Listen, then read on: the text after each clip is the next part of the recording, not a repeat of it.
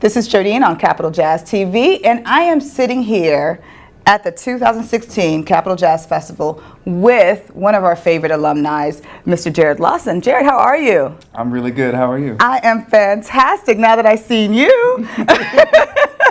So you did a tribute to Maurice White with the house band that's here, Spur of the Moment, that's out of DC. How was that experience of working with all those artists? Incredible, incredible.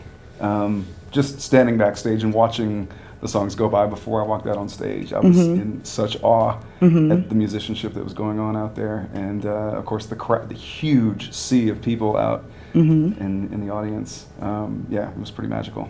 And you're no stranger to Capital Jazz, right? I mean, the first time we met was a few years ago on the festival, and you just at the cruise, and you just blew everyone away. What's been happening with you since? Because I've seen your name a lot now. Right. Well, at the time when I was on the cruise, I had no product with me. I had yet to put out my first album, and since then I, of course, finished my album and put it out, and I've just finished, about 6 tours in the last year and a half. 6 tours? Went to Asia, Japan, Indonesia, wow. all over Europe. Seen wow. 17 countries this past year. Wow.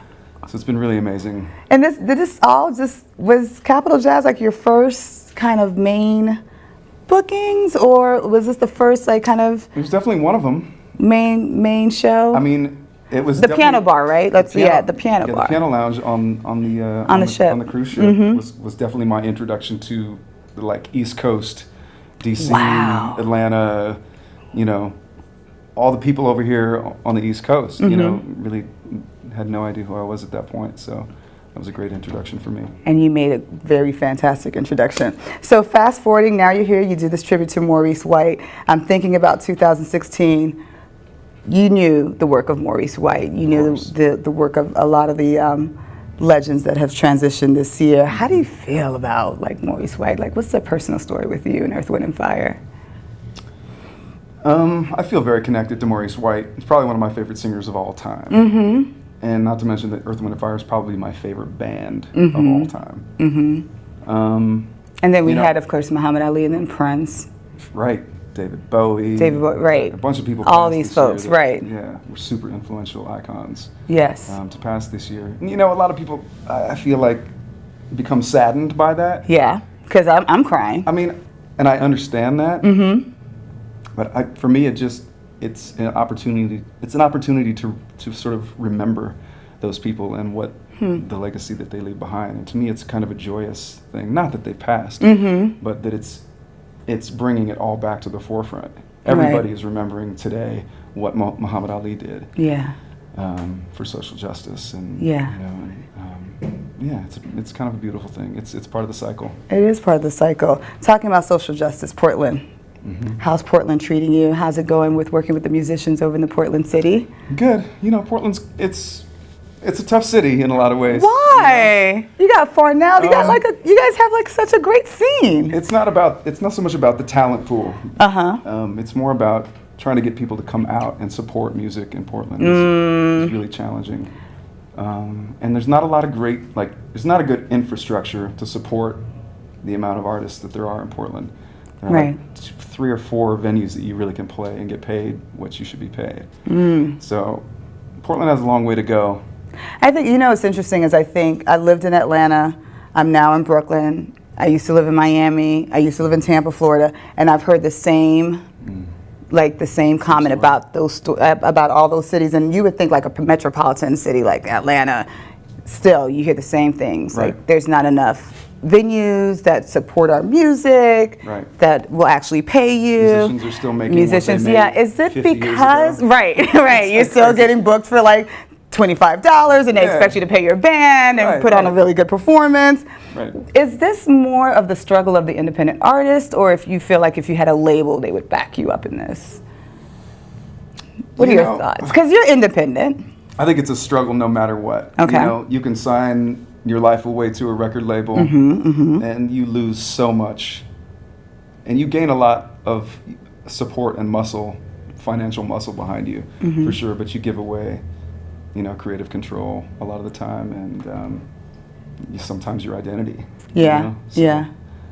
So as far as your music, what does Jarrod Lawson have to say through his music? What do you want people to understand about you or understand about your cause when they listen to your music?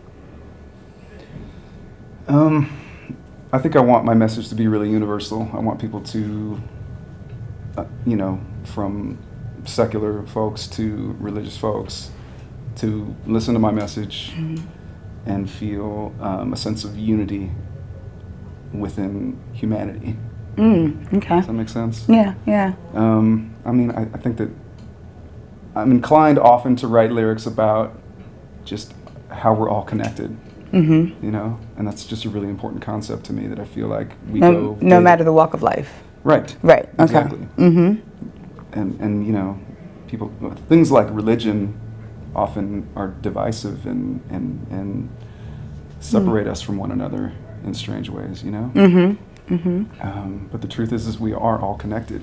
We are all a family. Very true. And I think at the end of the day, that's what I'm trying to convey with my music, is that sense of unity.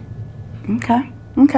So you've got to tell us what's next for you right now. I know you're still touring. Yeah. What else is going on?